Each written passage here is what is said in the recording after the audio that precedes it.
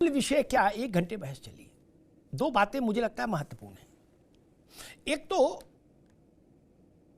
Samajwadi party हो या कोई विरोधी दल का व्यक्ति हो, कार्यकर्ता हो, नेता हो, जिसने भी कानून की मर्यादा का उल्लंघन किया वो तत्काल गिरफ्तार हुआ। अखिलेश यादव से तो नहीं कहा गया कि पहले अखिलेश यादव को चिट्ठी भेजी गई हो कि तुम्हें मेरी कसम पहले इसको पार्टी से निकाल दो तब हम कार्रवाई करेंगे, ऐसा तो हुआ नहीं।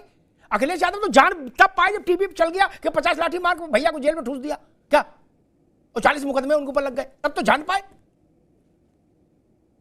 जोगिंदर एटा आशीष चतुर्वेदी, उनके घर परिवार में चला बुलडोजर सब समतल कर दिया, 100 मुकदमे ठूस दिए, तब तो जान पाए सपा वाले कि जोगिंदर का क्या हुआ।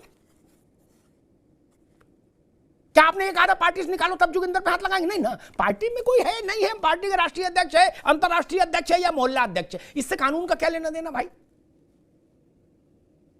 मैं किसी पार्टी का अंतरराष्ट्रीय अध्यक्ष हूं, इससे क्या लेना देना भाई। भारतीय दंड विधान में ये तो कहीं है ना कि पार्टी में आदमी है तो उसके अंदर रोका नहीं जाएगा, नहीं ना। आईटी पार्टी अलग चकल्लस है, कानून अलग चीज है जो मैं समझता हूं। इसलिए कानून को अपना काम करना चाहिए था, नहीं किया ये ठीक नहीं। किसी मौर्या को या किसी को ये छूट नहीं दी जा सकती कि अल्ल बल्ल बोले। और जो लोग मौर्या की तरफदारी करने, मुन्ना खान साहब, वो और उनकी पार्टी में, दोनों की बात कर रहा हूं, इन पर्सन मुन्ना खान की भी और राजनीतिक तौर पर उनकी पार्टी कांग्रेस की भी, किसी दूसरे धर्म के बारे में ऑल फॉल अल्ल बल्ल ऐसा ही बोलने वाला मौर्या टाइप का आदमी न मुन्ना खान बर्दाश्त करेंगे एक क्षण, न कांग्रेस बर्दाश्त करेगी एक क्षण। गलत कहूं तो टोक देना, नहीं करेंगे। जिस धर्म से मुन्ना खान साहब हैं उस धर्म के बारे में कोई टिप्पणी कर दे, कांग्रेस 2 मिनट में उसको निकाल देगी कि नहीं, और उन कांग्रेस से पहले मुन्ना खान साहब उसकी लानत बनानत कर देंगे। वही बात आशीष चतुर्वेदी की पार्टी पर भी लागू है। बर्क साहब के मजहब पर कोई कुछ बोल दे तो बर्क साहब बाद में एक्शन लेंगे, अखिलेश यादव पहले एक्शन लेंगे कि नहीं लेंगे? आशीष जी गलत तो नहीं कह रहा। बर्क साहब के मजहब पर कोई बोल दे तो अखिलेश यादव जी रात में 2:30 बजे आदमी बोले 2:35 पर निष्कासन कर देंगे, नींद से जग के उठ के कहेंगे बुलाओ नीटू चिट्ठी टाइप कराओ, गलत कह रहे हैं भैया आशीष जी। भाई दुर्गा शक्ति नागपाल का मसला फंसा था जब, तो रात में 12:30 बजे हटाया था, उसको निलंबित किया कि नहीं? पागल लोग तो रात में भी काम कर देते थे। ये सच है और यही दुर्भाग्य है। इस देश के बहुसंख्यक समाज की आस्था सबसे सस्ती, सबसे सस्ती। किसी और मजहब पर मौर्या जैसा कोई आदमी बोल रहा होता तो क्या नारा लग रहा होता, कौन सी सजा? मैं उस नारे को दोहराना नहीं चाहता।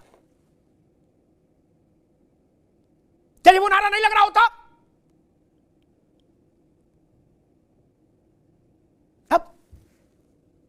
अब इस देश के 135 करोड़ हिंदुओं को क्या समझ रहे हैं? उनकी आस्था चौराहे पर रखी चीज है क्या कि कोई भी चिंटू मिंटू आएगा और उसको ठोकर मार के चला जाएगा? ये भ्रम निकाल दीजिए दिमाग से। इतिहास से सबक लीजिए मित्र, इतिहास से सबक लीजिए। यानी कितने कितने राजनीतिक पाखंडी ध्वस्त हो गए इस 10-15 साल के भीतर भारत में। यानी कितने कितने सियासी खानदान जमीन पर आ गए जो आसमान में रहते थे, फिर भी नहीं समझ आ रही बात। राजस्थान में कन्हैया लाल के हत्यारों के साथ जो शक्ति होनी चाहिए थी, जो चीजें होनी चाहिए थी, और कन्हैया लाल के साथ जो उसने सुरक्षा मांगी नहीं दी गई, जो तमाम समस्याएं थी, उसका नतीजा क्या हुआ? वहां की जनता ने सरकार को विदा कर दिया। ये समझ लीजिए। सलमान रश्दी ने एक किताब लिखी थी, मुन्ना खान साहब को पता ही होगा, आशीष जी को तो पता ही होगा, योगी व्यक्ति। और जब लिखी थी उसको हो गए करीब 28-30 साल पहले का मसला है क्या। 23 साल के लड़के ने उनको कहां 7 समुद्र पार ढूंढ के मारा, अपाहिज कर दिया। क्यों भैया? उसने तो किताब जब लिखी तब तो पैदा ही नहीं हुआ था। वहां सब ठीक है, रामायण बोले फूंक दो, डोंट वरी, जला दो। ऐसे लोग पहले तो हम लोग ये कहते थे भारत में यतिमा, भारत बड़ा धार्मिक धर्मप्राण देश था, तो लोग कहते थे कि भगवान सजा देगा। वो दौर बीत गया। अब चौबे जी, मुन्ना खान साहब, अब जनता ही जनार्दन है। ऊपर हिसाब नहीं करती, नीचे हिसाब करती है। हर 5 साल में कर रही है हिसाब। 415 सीट वाली पार्टी 44 पर आ गई। इससे ज्यादा सुपरफास्ट कहीं न्यायालय मिलेगा? बताइए। मुन्ना भाई कह रहे, उनकी निष्ठा है गांधी परिवार के प्रति कि राहुल गांधी का जलवा जला ले, ठीक बात है, उनको कहना चाहिए, लेकिन सच्चाई तो वो भी जानते हैं कि कहां खड़े हैं। इसलिए अब वो दिमाग से सब लोग जाले साफ कर लो, इंक्लूडिंग बीजेपी। आपके हिसाब से जनता नहीं चलेगी, भारत के मन के हिसाब से आपको चलना होगा। मैं बीजेपी को शामिल करके बात कह रहा हूं आशीष भाई। भारत के मन के विरुद्ध चलेगा, वो नेता खत्म हो जाएगा, वो पार्टी खत्म हो जाएगी, जान लीजिए। किसी की कृपा पर नहीं चल सकता अब ना कोई इतना बड़ा है इस देश के लिए अब कि जिसको हो कि भाई नहीं भाई तो गांधी परिवार है, ये मुलायम सिंह जी का परिवार है, ये फलाने का परिवार है, ये लालू जी का, नहीं। वो देश बदल गया मित्र। बड़े बड़े इस देश ने 2 ही बार चमत्कार देखा। एक बार वल्लभ भाई पटेल के समय में चमत्कार देखा अवधेश जी, जब बड़े बड़े राजा रजवाड़े, नवाब, जमींदार और मां बदौलत घुटनों के बल आ गए। क्या एक झटके में सब सामान्य आदमी हो गए क्या? और दूसरा देखा पिछले 10, 12, 15 साल में जनता की ने दिखाया। बड़े बड़े परिवार जिनके बारे में कहा जाता था कि भाई इनके कहे से दिन और इनके कहे से रात इनके इलाके में, क्या वो तबाह हो गए, बर्बाद हो गए, मूंगफली बेचने को स्थिति आ गई। आशीष जी गलत तो नहीं कह रहा।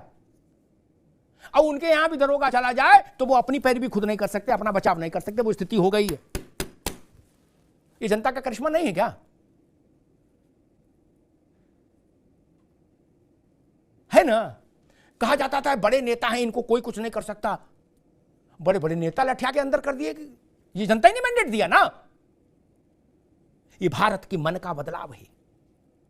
सनातन का अर्थ यह नहीं है कि जो आए सो पीछे से चपत मार के चला जाए। सनातन इस देश का आत्म तत्व है, स्व है। भारत का स्व सनातन है, आत्म तत्व सनातन है। वो किसी की कृपा पर है क्या? किसी कोई पार्टी हो, कोई नेता हो। मौर्य जैसे लोग, वो सुपारी किलर हो, वो कत्था किलर हो, वो लौंग इलायची किलर हो, मैं नहीं जानता वो क्या है, लेकिन उनकी कोई स्थिति नहीं है। इतने ही बड़े ज्ञानी थे जिनके लिए कांग्रेस, जिन पर निछावर हुई जा रही है मौर्य पर, वो मौर्य एमएलए का चुनाव हार गए। बेटी तब जीती जब भाजपा में है। नहीं तो लड़ा के दिखा लो, बेटी को जिता के दिखा लो, पार्टी छोड़वा दो, समझ में आ जाएगा। नहीं कांग्रेस से लड़ लो, कांग्रेस मौर्य के पक्ष में खड़ी है ना, मौर्य की बिटिया को लड़ा के दिखा दो, जिता के। अरे आप तो चुनाव हार गए अमेठी में, आप दूसरे को क्या जिताओगे? और इसलिए मैं कहता हूं कि किसी भी धार्मिक विषय पर राजनेताओं को नहीं बोलना चाहिए, और बोलें भी तो अच्छी अच्छी बात बोलिए। आप धर्माधिकारी हैं नहीं, आप दार्शनिक हैं नहीं, आप विवेचक हैं नहीं, आप समीक्षक हैं नहीं, आप आलोचक हैं नहीं, आपने धर्मग्रंथ पढ़े नहीं।